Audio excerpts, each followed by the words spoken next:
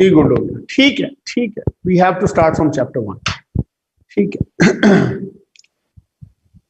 सो पहला जो टॉपिक है वो है एक्सप्लोरेशन एंड कॉलोनाइजेशन। पहला जो टॉपिक है that is exploration and colonisation. किस तरह से ये इलाका आबाद हुआ और कॉलोनाइज फिर किस तरह हुआ, and leading up to war of independence, and also we will be talking about that American revolution is child of enlightenment, that American revolution is child of enlightenment. इस पर भी हम बात कर रहे हैं, ठीक है जी। नाउ जो फर्स्ट क्वेश्चन किसी भी स्टूडेंट के जहन में आ सकता है यूएस हिस्ट्री को जब वो स्टार्ट करेगा, तो पहला क्वेश्चन जो उसके माइंड में आएगा, that question would be who were the first outsiders. आवाज नहीं आ रही भी बच्चों को मेरी, इसको देखो। सबके साथ ये मसला है या किसी एक बच्चे के साथ मसला है?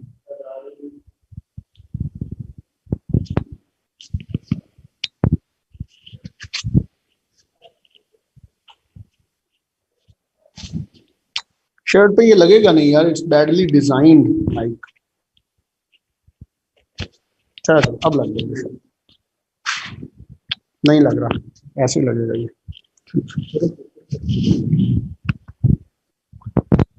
Okay, ji. So we were discussing the first question that should come to your mind would be who were the first outsiders who came to this place and why did world came to know about this so late? तो history हमें बताती है, वो कहती है कि पहले लोग जो आउटसाइडर्स इस खित्ते में आए वो अलास्कन्स थे और नॉर्वेजियन वाइकिंग्स थे। अलास्कन्स थे एंड नॉर्वेजियन वाइकिंग्स। अलास्कन्स थे और नॉर्वेजियन वाइकिंग्स थे। Like 15,000 years ago to 30,000 years ago, these people went to this place. There was a land route available covered with snow, but none of them returned back to tell the tale. इनमें से कोई भी वापस नहीं आया कहानी सुनाने के लिए। Maybe they liked it so much there that they wanted to stay there. अब बच्चे प्रॉब्लम ये है कि मूव किए बगैर टिक के पढ़ाना मेरे लिए बड़ा मुश्किल हो जाएगा, बड़ा इम्पॉसिबल सा है, ठीक है, टिकना एक जगह पे। खैर, so maybe they liked it so much they didn't come back, and maybe the sharks, no, the dinosaurs ate them. लेकिन दुनिया को पता नहीं चला। दुनिया को पता चला 1492 में। What was the reason then? Reason ये थी, आपने क्रूसेड्स की कहानी सुनी होगी, द होली वॉर्स, स्लीपी जंगें जिन्हें हम कहते हैं। तो ये एक लंबा प्रोसेस था। 15th सेंचुरी में finally the French were able to drive Ottomans out of Europe, ठीक। And as a result, as a reaction, the Ottomans blockaded Europeans' way to Asia. Turkey connect करता है यूरोप को Asia के साथ, वो रास्ता ऑटमन्स ने बंद कर दिया। Now the European kings started to sponsor different voyages, started to sponsor different voyages so that a new, safer, swifter, trade-worthy, safer, swifter, trade-worthy route ढूंढा जा सके, generally to Asia, specifically to India trade reasons के लिए। ये 15,000 years to 30,000 years ago की बात है Mustafa. So professional voyaging became a thing, professional voyaging became a thing, और आम जो प्राइवेट सेलर्स थे वो भी किंग्स से पैसे लेकर जाते थे। ये इरा, जिस इरा की हम बात कर रहे हैं, ये इरा कॉलोनियलिज्म का इरा है। इस जमाने में जैसे आज कॉलोनियलिज्म को बुरा समझा जाता है, उस जमाने में कॉलोनियलिज्म को बुरा नहीं समझा जाता। और रास्ता ढूंढने की इस जद्दोजहद में अगर हिंदुस्तान नहीं भी मिलता, अगर एशिया तक रसाई नहीं भी मुमकिन हो पाती, तो रास्ते में कोई ना कोई और टेरिटरी मिल जाएगी, कोई ना कोई और आइलैंड हाथ लग जाएगा। तो असूल ये था कि जिस किंग की स्पॉन्सर्ड वॉयेज उस लैंड को ढूंढती थी, वो लैंड उसी किंग से बिलोंग करती थी, वो लैंड उसी किंग से बिलोंग करती थी। So this is how the system worked. 1492 is the year जिसको हम कहते हैं the year of fall of Granada, Spain. Garnata, जिसको आप उर्दू में गरनाता कहते हैं, नसीम हजाजी के नॉवलों में आपने ये लफ्ज पढ़ा होगा, ठीक। गरनाता, गरनाता was the last bastion of Muslims in Europe. 1492. So Granada fell to the forces of King Ferdinand and Queen Isabella. King Ferdinand and Queen Isabella. The Muslim rulers of the city handed over the keys to the forces without putting up a fight. So यहां से जब मुस्लिम rule खत्म हुआ, तो finally these two emperors funded Mr. Christopher Columbus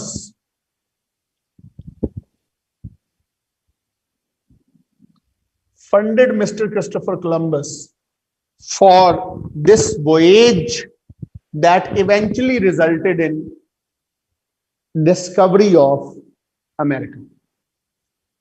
इस voyage पर जाने से पहले Christopher Columbus was unemployed for good 8 years. हालांकि he earned himself a reputation of a good sailor. He was an expert sailor at the age of 17. 17 साल की उम्र में ही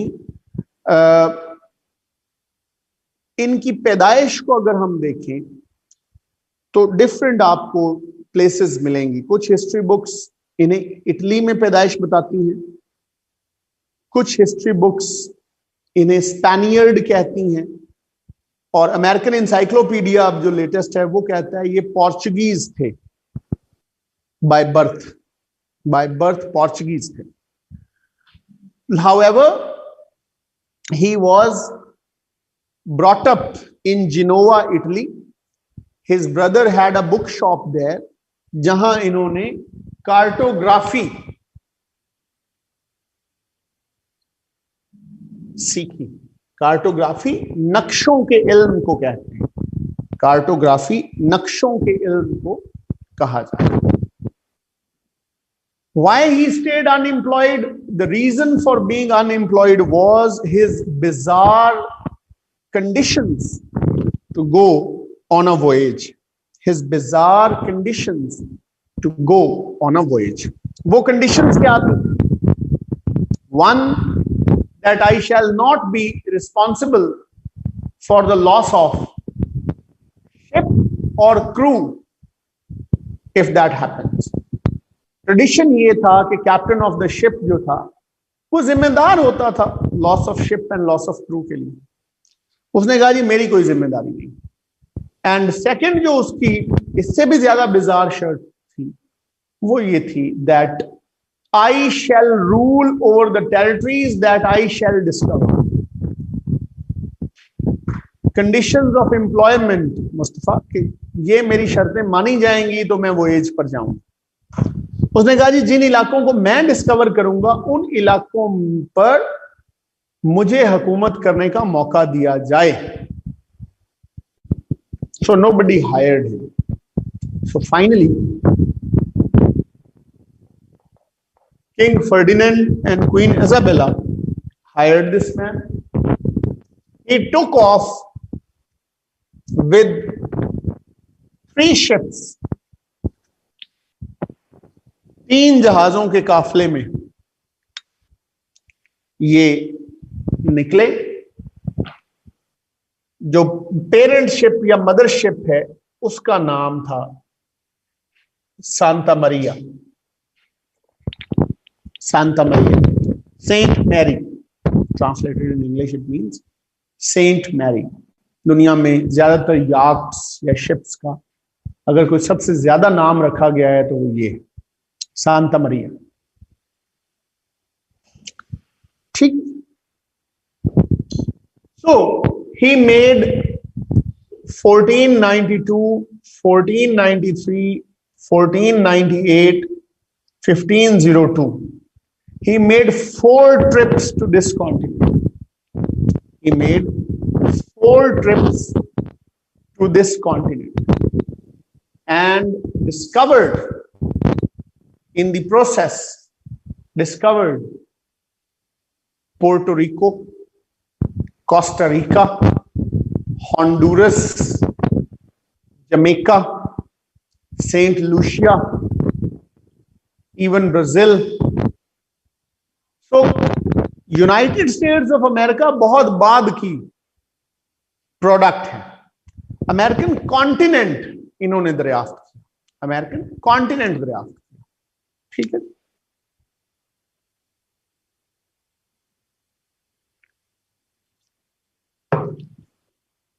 अब यहां से आगे चलते हैं। अब नेक्स्ट क्वेश्चन जो आता है, नाम आपको हैंडआउट जो आपको मिला हुआ है उसमें लिखे हुए हैं Saint Lucia, Honduras, Puerto Rico, Costa Rica, Peru, Brazil, Jamaica, बहुत सारे हैंडआउट। अगर आपको नहीं मिला तो दैट्स अ पिटी, मिल जाना चाहिए। मैं क्लास के बाद उन्हें कहता हूं, आपकी क्लास कोऑर्डिनेटर को, आपको मिल जाएगा। उसमें ये सारी चीजें डिटेल में दी हुई हैं, इसलिए मैं जरा वहां से तेजी से गुजर रहा हूं क्योंकि ये इंट्रोडक्टरी सी चीजें हैं और इनकी कोई खास इंपॉर्टेंस उस तरह से नहीं है। खैर, तो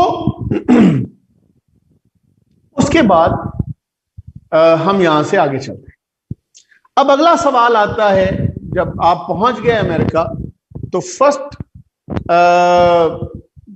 इंपॉर्टेंट थिंग जो आपके जहन में आएगी वो ये होगी कि हु वर द लोकल्स। क्या खाली जमीन थी या वहां कोई बंदे मौजूद होते थे? नेटिव्स कौन थे? ओरिजिनल अमेरिकन्स कौन थे? तो ओरिजिनल अमेरिकन्स में एज़टेक्स का नाम लिया जाता है, इनकाज का नाम लिया जाता है, रेड इंडियंस का नाम लिया जाता है, मायाज का नाम लिया जाता है। ये डिफरेंट ट्राइब्स हैं जो इंडिजिनस या आपके जो लोकल्स हैं उन्हें कहा जाता है। ठीक। एज़टेक्स को आज की जबान में आप समझें, ये मैक्सिकन बॉर्डर पर आपको नजर आएंगे। इनकी ड्वेलिंग्स आज भी एग्जिस्ट करती हैं। Not a very big empire, not a very big kingdom. Heathen लोग थे, बेसिक लाइफस्टाइल था। एक चीज हाउएवर उनमें मॉडर्न थी कि ये लोग लड़कों की कुर्बानी किया करते थे। पुराने कल्चर्स में देवताओं को राजी करने के लिए या बच्चों की कुर्बानी की जाती थी या लड़कियों की कुर्बानी की जाती थी। एज़टेक्स इस हवाले से मॉडर्न थे कि वो लड़कों की कुर्बानी किया करते थे, लोगों को जलाकर बीटिंग हार्ट्स निकालते थे और वो पेश करते थे अपने देवता को। ठीक है जी, एनी हाउ, तो एस्टेक्स थे। उसके बाद लेकिन ये ऑल दीज पीपल, इंडिजिनस जितने भी ट्राइब्स हैं, ये चूंकि साइंस एंड टेक्नोलॉजी में पीछे थे, गन पाउडर का इन्हें पता नहीं था, एक्सपोजर बियॉन्ड दैट कॉन्टिनेंट इनके पास नहीं था। सो अददी अक्सरियत होने के बावजूद they were no match for superior war machine of the Europeans. ठीक, इनकाज को कहा जाता है द इंजीनियर नेशन। इनकाज को कहा जाता है द इंजीनियर नेशन। अददी अक्सरियत मीन्स न्यूमेरिकल मेजॉरिटी। अददी अक्सरियत means numerical majority. I'll be careful, मैं इसको ज्यादा अंग्रेजी रखने की कोशिश करूंगा, don't worry. So Incas are known as engineer nation. इन्हें उस जमाने में भी मायाज, रेड इंडियंस के बाद मायाज लिखा, उस जमाने में भी इन्हें डैम्स बनाने का पता था, इन्हें सड़कें तामीर करने का पता था, इन्हें इंजीनियर नेशन कहा जाता है। देवर अ ह्यूज एम्पायर, लेकिन इनका जो सेंटर ऑफ ग्रेविटी है वो पेरू में था, पेरूवियन डिसेंट रखते थे, तो ये भी फॉल बैक होना शुरू हुए और इवेंचुअली खत्म हुए। रेड इंडियंस मोस्ट न्यूमरस थे, indigenous sons of the soil. 1492 से लेकर 1492 to 1830 they kept fighting with the settlers. They kept fighting wars with the settlers. 1492 से लेकर 1830 तक इन्होंने वॉर्स लड़ी। ठीक है जी। उसके बाद एक इंडियन रिमूवल एक्ट आया और एक मुआहदे के तहत इन्होंने मूव किया। वो जब तक हम वहां पहुंचेंगे तब तक पढ़ेंगे। Mayas again a huge empire but no match for superior technology of the settlers. जी, सेटलर्स वो लोग हैं जो यूरोप से और बाकी जगहों से अमेरिका में आए। उनके ऊपर मैं अभी आता हूं। Let me get done with this introductory thing, तो फिर हम कॉजेज ऑफ एक्सप्लोरेशन जब पढ़ेंगे उसमें मैं आपको बता दूंगा। ठीक है जी। अब इससे अगला क्वेश्चन आता है कि then how did this name came about. ये नाम कहां से आया है अमेरिका। शुरू में जो नाम था इसका, इसको न्यू वर्ल्ड भी कहा गया, इसको स्ट्रेंज लैंड भी कहा गया, इसको गोल्डन लैंड भी कहा गया, all due to different reasons. ठीक है जी। न्यू वर्ल्ड क्योंकि दुनिया को पहले पता ही नहीं था इसका, तो ऑब्वियसली न्यू थी। स्ट्रेंज लैंड क्योंकि यहाँ के जानवर, यहाँ की जगहें, फसलें यूरोपियंस के लिए नई थी। मेज जैसे है, मेज यूरोप में नहीं होती थी। ठीक है।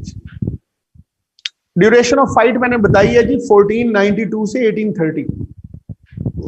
Golden land due to wealth that was available here, not just literal gold, all kinds of wealth.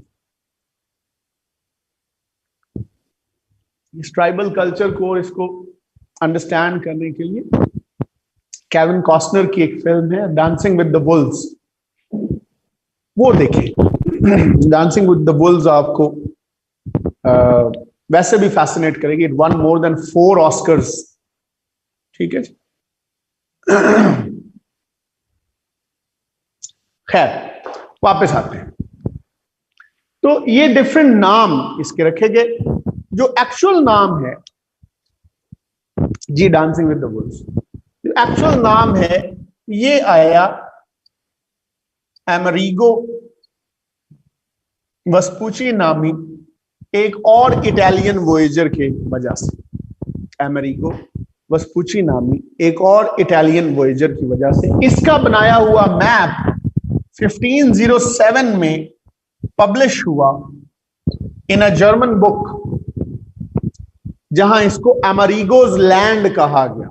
नाम चूंकि नहीं था कोई फॉर्मल, तो इसको अमेरिगोज लैंड कहा गया। और फिर वहां से स्पेनिश से अमेरिकानो अमेरिकाना होते हुए अंग्रेजी तक आते ही अमेरिका हो गए। तो अमेरिकन्स कहलाए जो सेटलर्स थे, अमेरिकन्स कहलाए जो न्यू सेटलर्स थे। अब यहां तक अगर हम अंडरस्टैंड करें तो हमें नजर आ रहा है कि किंग फर्डिनेंड और क्वीन इजाबेला स्पेन और फ्रांस से ताल्लुक रखते थे। क्रिस्टोफर कोलंबस को पैसे इन्होंने दिए थे, वो खुद पोर्चुगीज था। अमेरिगो वेस्पूची भी इटालियन था।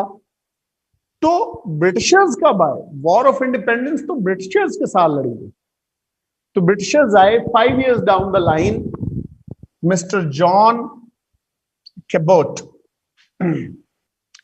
5 years down the line mister John Cabot नामी एक ब्रिटिशर्स यहां आए, जिन्होंने यूनियन जैक यहां लगाया।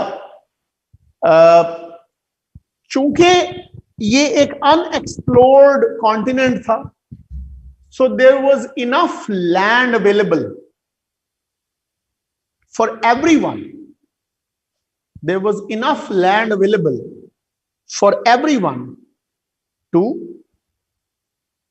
Claim it. 100 years down the line जब आबादी बढ़ी और कम हुई लैंड, तो लड़ाइयां शुरू हुई। John Cabot 1497। So that is the reason why इस इलाके में यूरोप के हर खित्ते से लोग आए, इंग्लैंड से, फ्रांस से, इटली से, डच लोग इधर आए, रशियंस आए।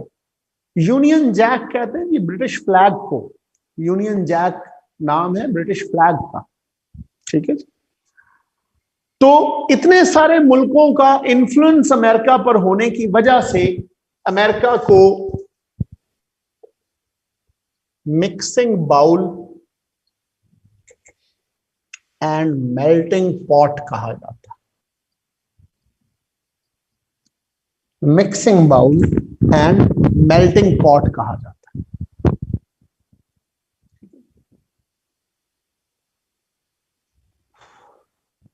Mixing bowl and melting pot, या नेशन ऑफ नेशंस कहा जाता है, या नेशन ऑफ इमिग्रेंट्स कहा जाता है। मुख्तलिफ नाम लिए जाते हैं इसके, मुख्तलिफ नाम लिए जाते हैं इसके। सो अब यहां से जब हम आगे आते हैं, the next question comes, when did colonisation start? लोग तो आना शुरू हो गए ऑन देयर ओन, और उसकी कॉजेज मैं अभी आपसे शेयर करता हूं। When did the actual colonization start? And colony होती क्या है?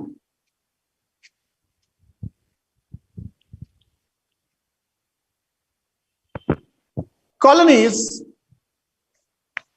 3 तरह की हैं। कॉलोनीज 3 तरह की हैं प्राइमरली स्पीकिंग। रॉयल, इसको आप इस तरह लिख लीजिए, types of colonies. Royal colonies, proprietary colonies and chartered colonies. Royal colonies, proprietary colonies and chartered colonies. ठीक है जी। रॉयल colonies वो colonies हैं where governors were appointed by the king himself and who reported to king. The tax was collected in the name of the king. The law was implemented in the name of the king. Maryland, Virginia वगैरह। Proprietary colonies वो colonies हैं जो ownership थी individuals की, one way और the other, king ने allot कर रखी थी उन्हें, जागीरें जैसे। ये लोग इन जमीनों पर काबिज होते थे और बदले में दिफा का काम देते थे किंग को, और सर्टन पैसे भी देते थे। नहीं, नॉट नेसेसरली, एक एक एग्जाम्पल भी काफी। तो प्रोप्राइटरी कॉलोनीज में जैसे एग्जाम्पल है पेंसिल्वेनिया, विलियम पेन की ये टेरिटरी थी। विलियम पेन के पेरेंट्स ने किंग से कर्जा वसूल करना था, तो किंग ने कर्जे के एवज पेंसिल्वेनिया की जमीन इनके हवाले की, तो विलियम पेन के नाम से ये इलाका पेंसिल्वेनिया कहलवाया। ठीक। तीसरी तरह की कॉलोनीज होती हैं चार्टर्ड कॉलोनीज, जैसे कि chartered colonies that belong to a group of people और a company. Chartered colony, a group of people और अ कंपनी। ठीक है जी, ये चार्टर्ड कॉलोनी को हम कहते हैं। कनेक्टिकट वगैरह ये वो कॉलोनीज थी। वर्जीनिया का मैंने नाम लिया जी। सो ये वो कॉलोनी थी। हैंडआउट पर आप देखेंगे तो हर एक हेडिंग के नीचे 3-3, 4-4 कॉलोनीज मैंने लिखी हुई हैं ताकि आपको आसानी रहे ढूंढने में। तो ये वो कॉलोनीज थी जहां माइनिंग अच्छी थी, जहां ट्रेड करना आसान था। तो ये 3 तरह की कॉलोनीज। पहली कोशिश कॉलोनाइजेशन की अमेरिका में 1585 में की गई। पहली कोशिश प्रोप्राइटरी सोल ओनरशिप। आप देखते हैं दुकानों पर लिखा होता है प्रोप्राइटर फलाना, मींस कि ये मेरी मिल्कियत है, मैं सोल ओनर हूं इसका। तो सोल ओनरशिप वाली कॉलोनीज इवेंचुअली ये सारी इंग्लैंड के कंट्रोल में आ गई। 1651 तक ये सारी इंग्लैंड के कंट्रोल में आ गई। सो 1585 में पहली कोशिश की गई रनोके आइलैंड को कॉलोनाइज करने की। सर वॉल्टर रायली की फोर्सेस ने कोशिश की इस आइलैंड पर कब्जा करने की। सर वॉल्टर रायली की फोर्सेस ने कोशिश की इस आइलैंड पर कब्जा करने की, but that did not work out.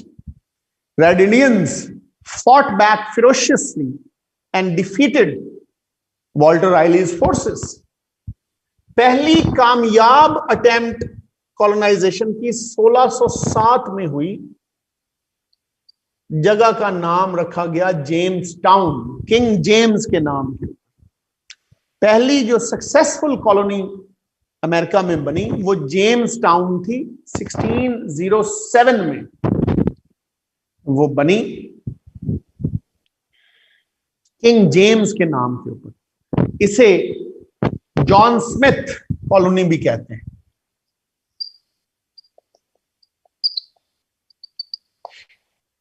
इसको जॉन स्मिथ कॉलोनी भी कहते हैं। व्हाई?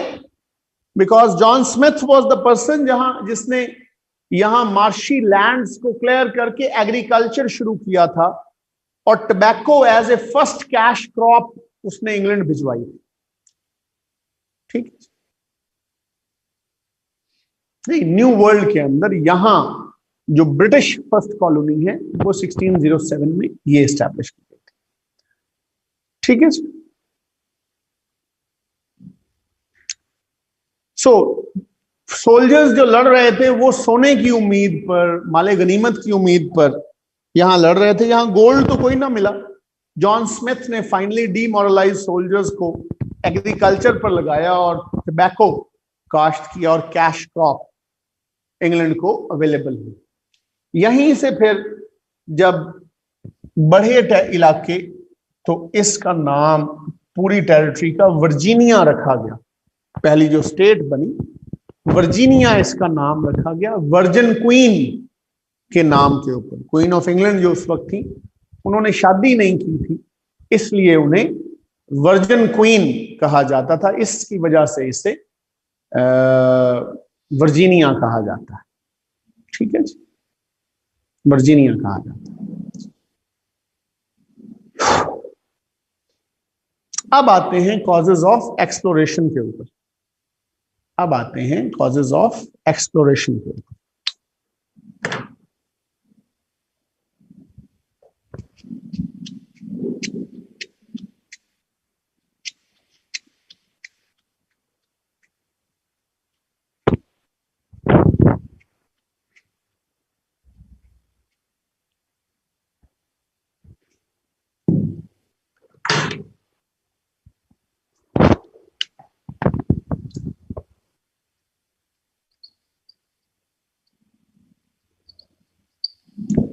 क्यों इतने ज्यादा लोग इधर आए?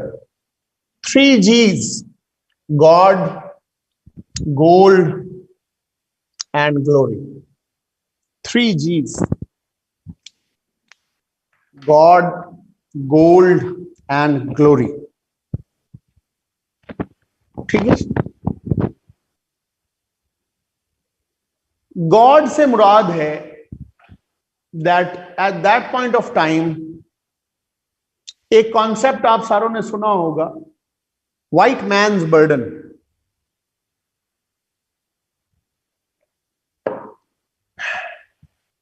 व्हाइट मैन्स बर्डन का मतलब है कि गोरे को अल्लाह ने सुपीरियर पैदा किया है, सुपीरियर रिलीजन दिया है, सुपीरियर स्किन दी है, सुपीरियर सिविलाइजेशन दी। इसलिए गोरा ड्यूटी बाउंड है कि वो गैर मुहज्जब दुनिया में निकले और उन्हें तहजीब सिखाए। ये उसका अनप्लेजेंट बर्डन है जो उसने उठाना ही उठाना है, व्हाइट मैन्स बर्डन। तो इस व्हाइट मैन्स बर्डन के तहत लाखों की तादाद में लोग, गवर्नमेंट के भेजे हुए भी and on their own will भी, लोग अमेरिका आए to Christianize the locals, to Christianize the locals.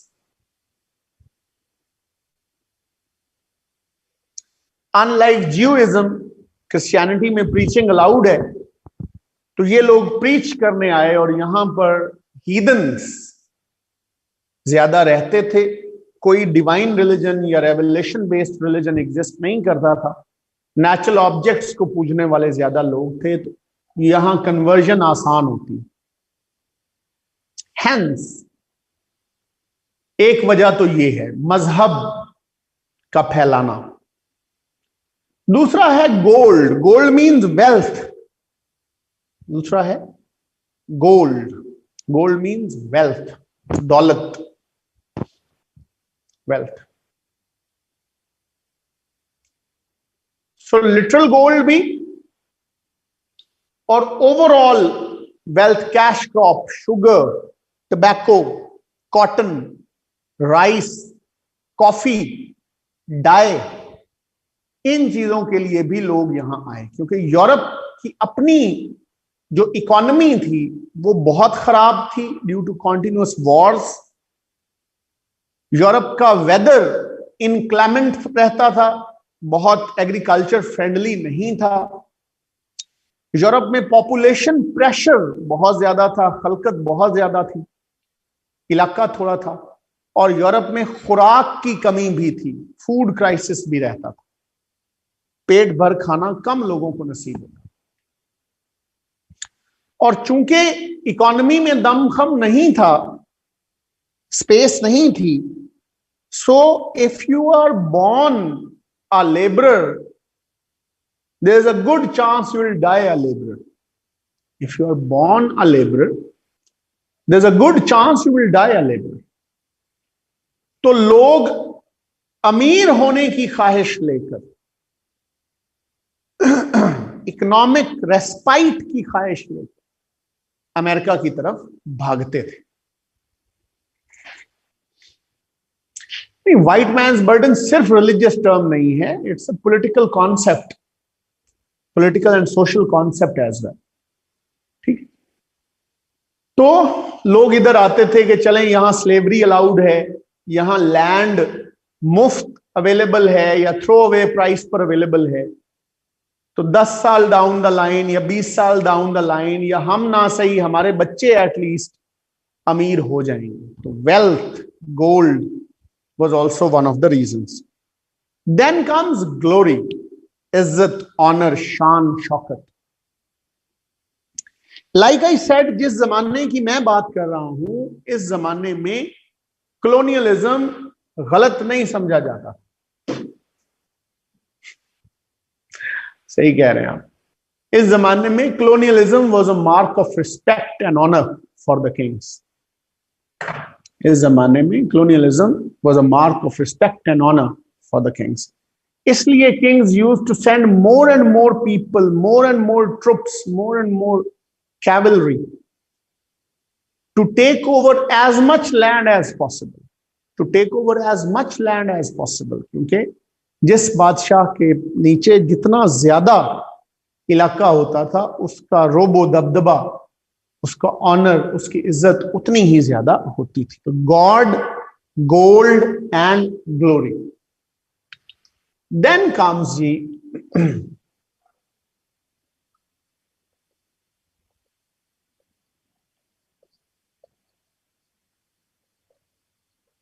religious persecution. That was also one of the reasons. क्योंकि 16th century में से राइज होना शुरू हो गया था एनलाइटनमेंट एरा का। So people started to question the veracity of the Catholic claims. Martin Luther did a favour, उसने लैटिन में लिखी हुई बाइबल को अंग्रेजी में ट्रांसलेट कराया और लोगों में मुफ्त तकसीम की। और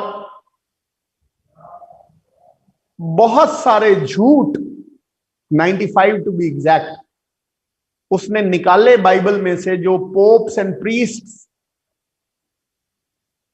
कुछ और बताते थे लेकिन बाइबल में लिखा कुछ और हुआ। क्योंकि लैटिन हर एक को नहीं आती थी, तो पोप जो बताता था वही माना जाता। सो उसने उसको अवामी कर दिया मजहब को। Martin Luther. सो यहां से प्रोटेस्टेंट्स का फिरका स्टार्ट हुआ और सेक्टेरियन वॉर्स यूरोप में स्टार्ट हुए। सेक्टेरियन वॉर्स यूरोप में स्टार्ट हुए। ठीक है जी, सेक्टेरियन वॉर्स यूरोप में स्टार्ट हुए। 30 years वॉर, 100 years वॉर। तो इन वॉर्स के अंदर जिन मुल्कों में कैथोलिक्स तगड़े थे उन्होंने प्रोटेस्टेंट्स को मार लगाई, जिन मुल्कों में प्रोटेस्टेंट्स तगड़े थे उन्होंने कैथोलिक्स को मार लगाई। लॉन्ग स्टोरी शॉर्ट, दोनों जगहों से, जैसे इंग्लैंड में प्रोटेस्टेंट्स तगड़े थे तो कैथोलिक्स बेचारे परेशान थे। फ्रांस, इटली वगैरह में कैथोलिक्स तगड़े थे तो प्रोटेस्टेंट्स परेशान थे जी, प्यूरिटन्स और प्रोटेस्टेंट्स। सो हुआ ये कि ये लोग भाग के फिर गोशा आफियत जो इनको मिला वो अमेरिका में था। So one of the very first values जो अमेरिका में इस्टेब्लिश हुई वो रिलीजियस टॉलरेंस की वैल्यूज थी। पीपल अंडरस्टूड कि जो ख्वारी हम वहां काट के आए हैं वो ख्वारी यहां रिपीट नहीं करेंगे। ठीक। Another reason was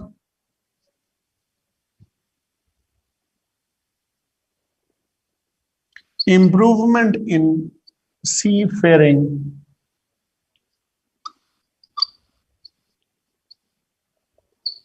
technologies. जहाज रानी की जो टेक्नोलॉजी है उसमें भी इंप्रूवमेंट्स आई। ठीक है जी।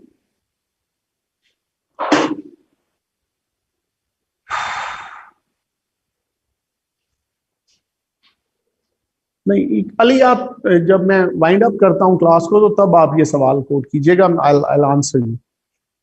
ठीक है। तो कंपस इजाद हो गया 1535 में। समंदर में गुम होने का खतरा खत्म हो गया कंपास की इजाद से। गन पाउडर आ गया, कमर्शियल शिप्स पर कैनन इरेक्ट होना शुरू हो गई, जिसके बायस पायरेट्स का खतरा दूर हो गया। 35 इफ आई रिमेंबर करेक्टली, लेकिन इसको डेट को देख लीजिएगा। पायरेट्स का खतरा खत्म हुआ। ब्रिटिश नेवी ने स्मॉलर एंड स्विफ्टर शिप्स बनाना शुरू किए। इससे पहले वाला जो मॉडल था वो था स्पेनिश आर्मेडा का मॉडल। स्पेनिश आर्मेडा बड़े शिप्स बनाता, स्पेनिश आर्मेडा बड़े शिप्स बनाता था जो स्लो होते थे। ब्रिटिश नेवी ने स्मॉलर एंड स्विफ्टर शिप्स बनाने शुरू किए। यूं फासला तेजी से होना शुरू हुआ, महफूज होना शुरू हुआ।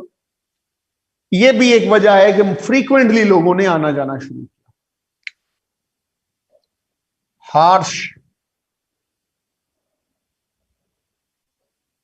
punishments in Europe was also one of the reasons.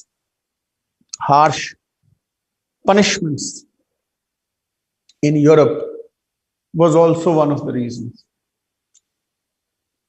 Europe में इतने सख्त कवानीन थे उस जमाने में, they would guillotine you at the drop of a hat. छोटे छोटे जराइम पर बड़ी बड़ी सजाएं थी। And the system of justice was corrupt to the core. निजाम जो है वो शदीद करप्ट था। तो अगर एक गरीब आदमी पर किसी भी जुर्म का इल्जाम लग जाता तो it was next to impossible for him to prove himself innocent.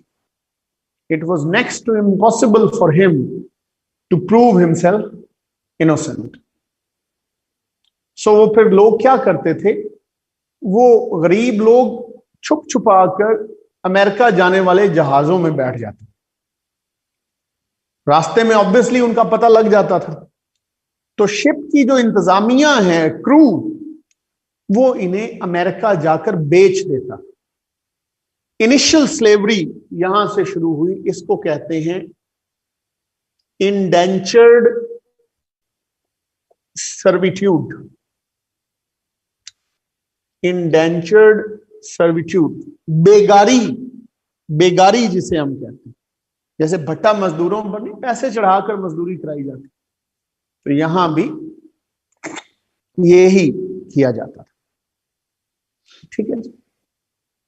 So indentured servitude का आगाज, तो इसलिए भी लोग यहां आए। तो लोग अपने ट्रैवल एक्सपेंस के पैसे उतारने के लिए अमेरिकन मास्टर्स के यहां मजदूरी करते थे और उसके बाद भाग जाते थे अपनी रोजी रोटी कमाने के लिए अमेरिका में। अमेरिका चूंकि बहुत बड़ा था तो वहां एक वाइट आदमी को ढूंढना नेक्स्ट टू इम्पॉसिबल था। तो ये कुछ रीजंस हैं जिसकी वजह से तेजी से लोग यहां आना शुरू हुए। फर्स्ट 75 इयर्स में American population doubled in every 25 years. First 75 years में American population with settlers, ये जो नए लोग आ रहे थे, doubled in every 25 years. तो ये आपको clearly चीज बता रही है कि how things happen. अच्छा, लेकिन यहां war of independence let start हुई। वॉर ऑफ इंडिपेंडेंस जाकर होती है कुछ 200 साल के बाद। ठीक है ना जी। रीजन क्या है, वाई सो लेट? उसकी मोटी सी रीजन है।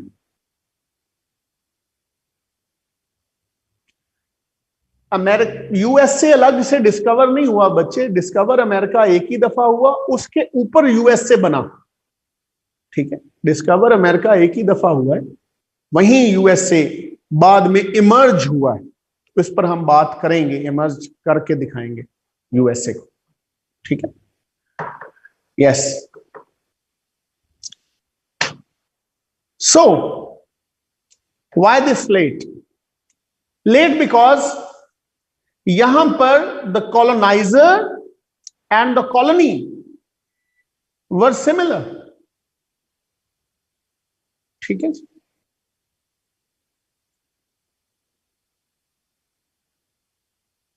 they both belonged to England, France, Spain. Different cases में स्पेन की कॉलोनीज में रहने वाले ज्यादा स्पेनियर्ड्स थे, ब्रिटिश कॉलोनी में रहने वाले ज्यादा ब्रिटिश थे, फ्रेंच कॉलोनीज में रहने वाले ज्यादा फ्रेंच थे. So they belonged to the same parent state, दोनों की पेरेंट स्टेट सेम थी. They both were loyal to the same king, एक ही बादशाह के साथ लॉयल थे. They both belonged to the same ethnicity, नस्ल रेस भी एक थी. Language was also the same, and the religion was also the same. So there was a lot of similarity. मुल्क सेम है, बादशाह सेम है, एथनिसिटी सेम है, religion same है, language same hai. So people living in America,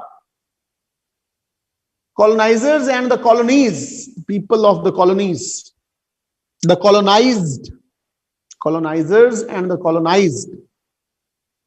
So people living in America believed for that period of time that they are Britishers just settled in a different territory.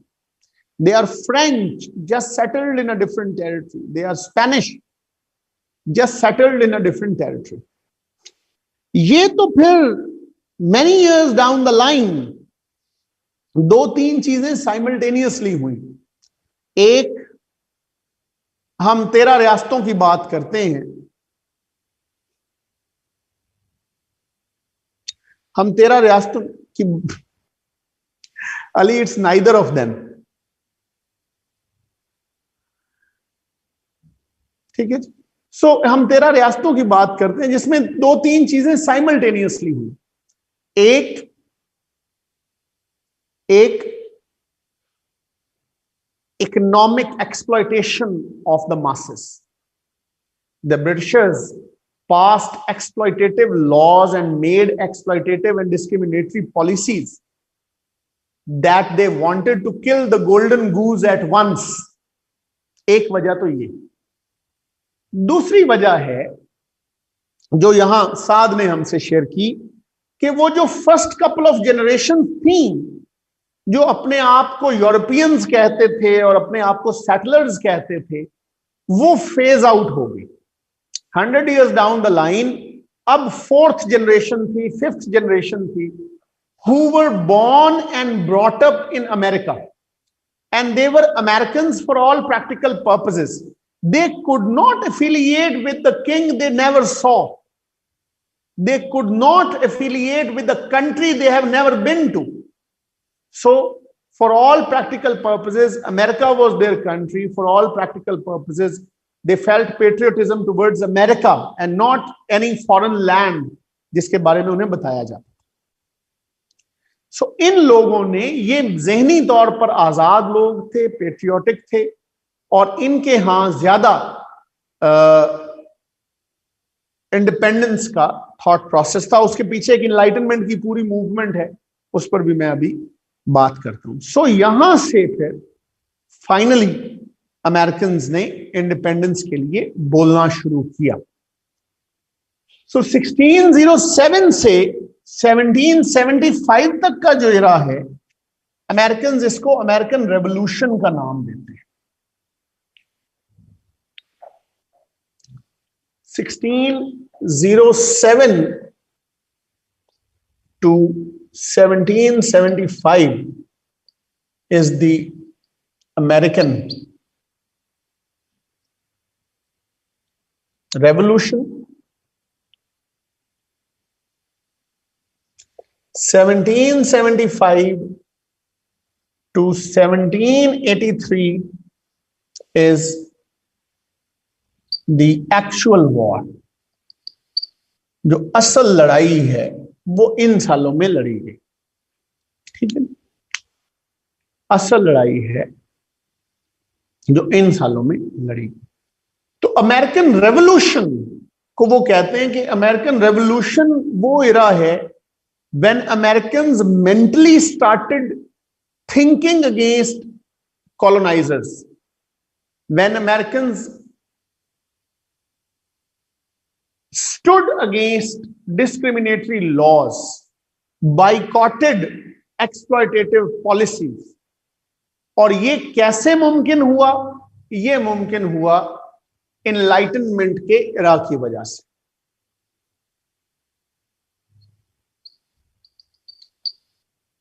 Era of enlightenment. Enlightenment का एक तो obviously meaning है, नहीं, American revolution वो कहते हैं 1607 से, जब पहली कॉलोनी बन गई तो समझे एक्सप्लॉयटेशन का आगाज हो गया, इसलिए रेवोल्यूशन का पार्ट वो है। तो इनलाइटनमेंट का एक जनरल मीनिंग है जहालत से दूरी, नॉलेज।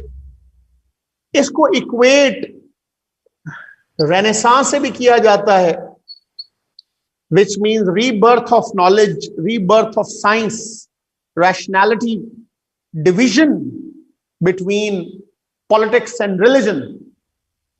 यहां से ये चीजें चेंज होना शुरू होती हैं when people started to think instead of just believing what they were told। ठीक, just believing what they were told, लोगों ने क्वेश्चन करना शुरू किया, लोगों ने पूछना शुरू किया, रिलीजियस डॉगमास पर क्वेश्चंस करना शुरू किए और चीजें इंप्रूव होना शुरू। अमेरिका में भी उसका इम्पैक्ट आया। ओवरऑल डिफरेंट फिलोसफर्स का इसमें रोल है। Obviously British philosopher John Locke वो पहले फिलोसफर हैं जिन्होंने एक रिस्पॉन्सिबल, अकाउंटेबल गवर्नमेंट की बात की, जिन्होंने एक सोशल कॉन्ट्रैक्ट की बात की जिसमें टू इक्वल्स आपस में मुआहदा करते हैं।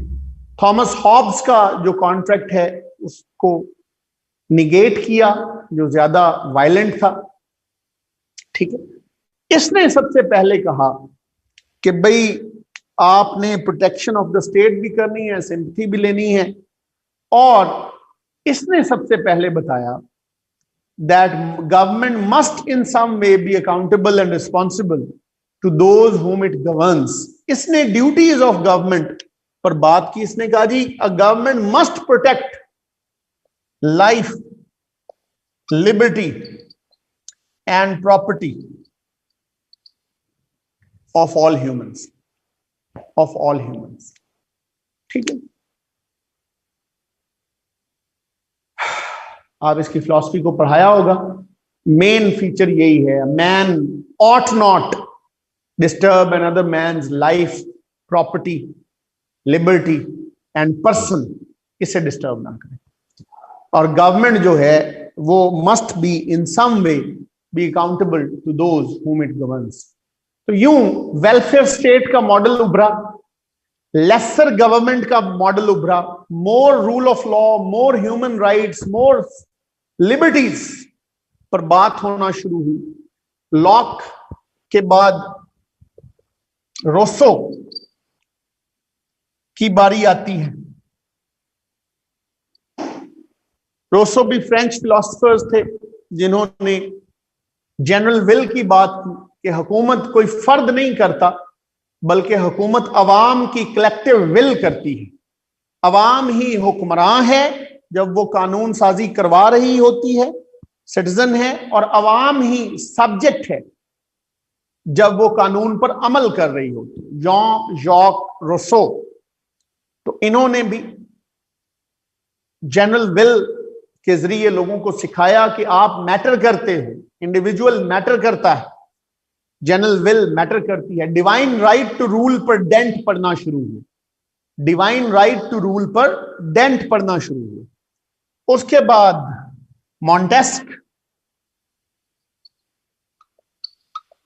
जिन्होंने सेपरेशन ऑफ पावर की बात की, गवर्नेंस को इंस्टीट्यूशनलाइज किया, कहा कि जुडिशरी अपना काम करेगी।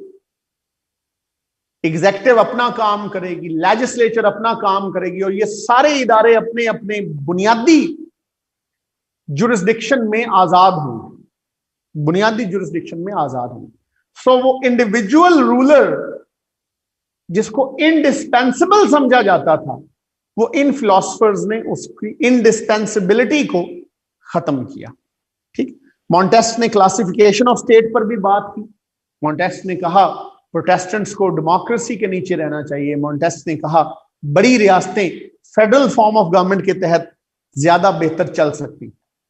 सो यूं डिफरेंट फिलोसफर्स की जो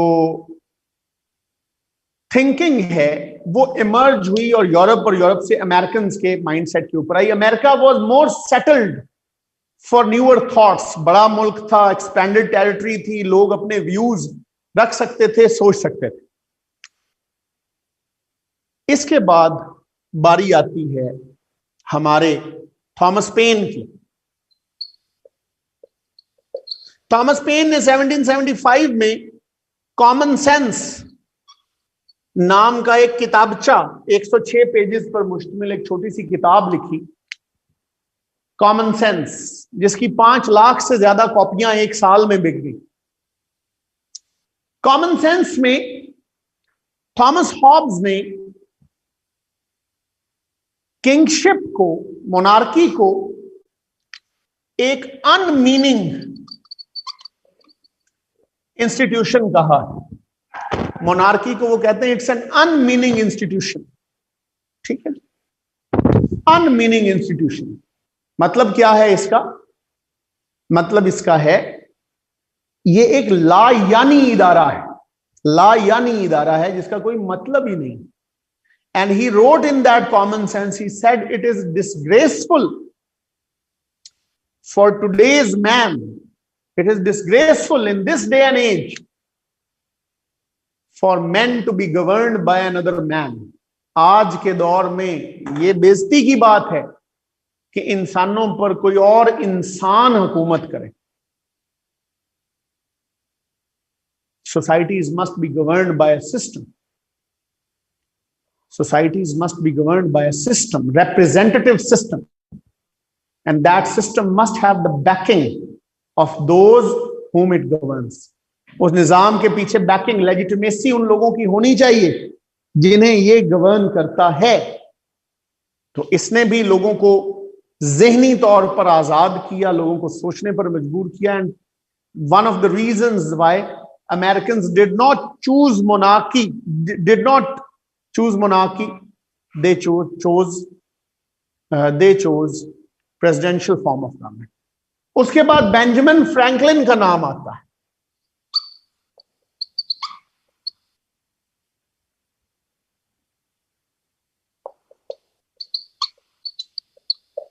बेंजामिन फ्रैंकलिन वो बंदा है जिसने 2 अहम काम किए। एक, इसने डीइज्म का कॉन्सेप्ट दिया। डीइज्म का कॉन्सेप्ट बड़ा मजे का है। डीइज्म में वो कहता है कि खुदा ने ये दुनिया बनाई तो जरूर है, कायनात और दुनिया बना तो उसने दी है, लेकिन बनाने के बाद वो उसमें इंटरफेयर नहीं करता। बनाने के बाद उसने आपको खुला छोड़ दिया। तो ये असबाब की दुनिया है। असबाब की दुनिया में आप असबाब पैदा करेंगे तो उसके मुताबिक रिजल्ट्स हासिल कर लेंगे। ठीक है, इस कॉन्सेप्ट को डीइज्म कहते हैं। डीइज्म कहते हैं कि आप खुदा पर ना पड़े रहें, आप सही करें, कोशिश करें, जद्दोजहद करें ताकि आपका कुछ बन सके। तो अमेरिकन ने उस जद्दोजहद पर यकीन किया। बेंजामिन फ्रैंकलिन ने अमेरिकन को यूनाइट होने का मशवरा भी दिया था, ये आगे हम पढ़ेंगे। तो ये सारे फिलोसफर्स और इनकी थॉट प्रोसेस का इंपैक्ट है कि हम कहते हैं American revolution was a product of enlightenment, child of enlightenment. अगर ये इनलाइटनमेंट ना होती तो अमेरिकन जो हैं वो शायद रेवोल्यूशनाइज ना अपने आप को करते या इसके खिलाफ स्टैंड ना लेते। तो ये है जी आज तक का टॉपिक। यहां तक कोई सवाल है तो वो बताइए। डीइज्म के अलावा बेंजामिन फ्रैंकलिन ने 1754 में एक अल्बनी कॉन्फ्रेंस हुई थी मुस्तफा, उसमें उन्होंने ये मशवरा दिया था कि अमेरिकन स्टेट्स एटलीस्ट डिफेंस और फॉरेन पॉलिसी के लिए इकट्ठी हो जाएं। अमेरिकन स्टेट्स एक कन्फेडरेशन बना लें डिफेंस एंड फॉरेन पॉलिसी के, ये दूसरा अहम काम था। ठीक है जी, तो आज यहीं तक। अगली क्लास में हम causes of war of independence पर बात करेंगे और अमेरिकन कॉन्स्टिट्यूशन पढ़ेंगे। Causes of war of independence पर बात करेंगे और अमेरिकन कॉन्स्टिट्यूशन पढ़ेंगे। नहीं, डिटेल में करने की जरूरत नहीं है, जितना हमने पढ़ लिया काफी है। नहीं, कॉलोनीज की इंडिविजुअल डिटेल्स में जाने की कोई जरूरत नहीं है। ठीक है जी, एनी अदर क्वेश्चंस? कोई और सवाल है?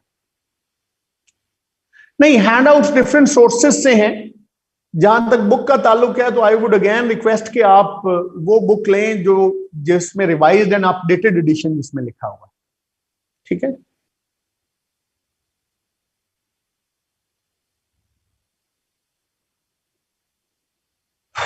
डेट्स अगर याद हो जाए तो अच्छी बात है ना, व्हाट्स रॉन्ग विद दैट। ठीक, ओके जी। जहां तक आपने ट्रांसलेशन की बात की कुरान मजीद की भी, अब प्रॉब्लम यह है कि how would you refer to God अगर आप उसको थर्ड पर्सन में नहीं लिखेंगे। For want of a better word लोग ही के साथ तर्जुमा करते हैं गॉड का। नहीं, एंशिएंट हिस्ट्री में आपको ज्यादा डीप डेल्व करने की जरूरत नहीं है। नहीं, मल्टीपल सोर्सेस से कवर करने की जरूरत, जितना हम पढ़ रहे हैं काफी है जी, इनफ है, इनफ है। देखिए, बात यह है, कन्फाइन तो कोई नहीं कर सकता। प्रॉब्लम यह है कि बताना तो है ना। ये जो आप बात कर रहे हैं ना, ये एक जमाने में बड़ी तहरीक रही है अली, तहरीक रही है कि जी कुरान मजीद के अल्फाज भी डिवाइन हैं और उन अल्फाज का मीनिंग भी डिवाइन है। इसलिए any human attempt to translate Quranic verses is a sin and हराम। ये एक बड़ी लंबी चौड़ी एक टाइम रहा है, लेकिन अगर हम उसको फॉलो करते तो शायद बहुत ही महदूद रह जाता ये। और जहां तक सिफात का ताल्लुक है, एट्रीब्यूट्स हमने अटैच नहीं की खुदा के साथ, खुदा ने खुद अटैच की हैं। उसने खुद अपने 99 नेम्स बताए हैं। तो अगर वो खुद एट्रीब्यूट्स अटैच कर रहा है तो फिर बंदे उन्हीं एट्रीब्यूट्स के हवाले से उसे पुकारेंगे। ठीक है यार, नीचे करो थोड़ा सा, मैं जी चैट पढ़ सकूं। तेन करनी ही नहीं आती होनी।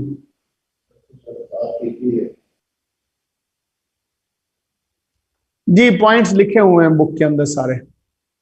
So to give round of war, revolution, we need to discuss these philosophers.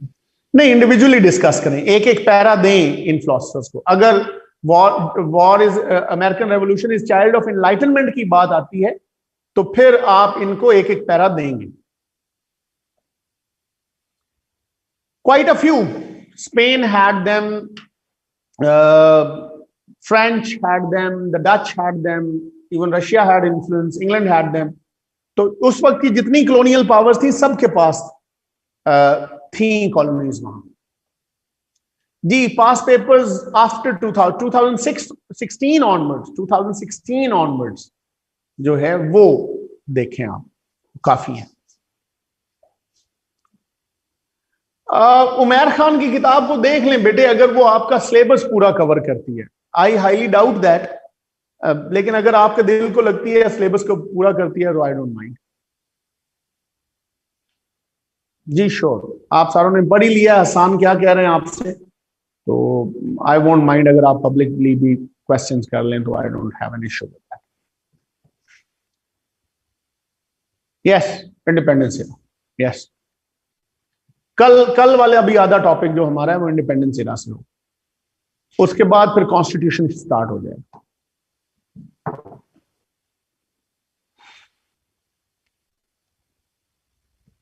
Okay जी,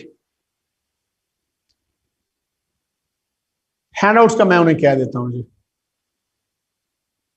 नहीं, 2016 से पीछे जाने की जरूरत नहीं है। 2016 के बाद पैटर्न ही चेंज हो गया ना जी। ट्रीटी ऑफ पेरिस तक पहुंचने दें साजिद, मैं करवाऊंगा।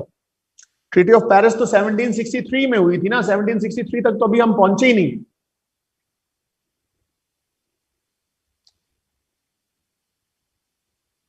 इनफ है, इनफ है। उमर पूछ रहे हैं कि लेक्चर्स, हैंडआउट्स और किताब काफी है, तो मैं उन्हें बता रहा हूं कि काफी है जी, सफिशिएंट है। इंटायर सिलेबस हमने उसमें अच्छे से कवर किया है, तो दैट्स इनफ।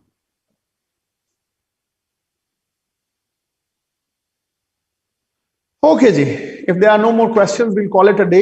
इंशाल्लाह नेक्स्ट क्लास में दोबारा आपसे बात होगी। Thank you so much.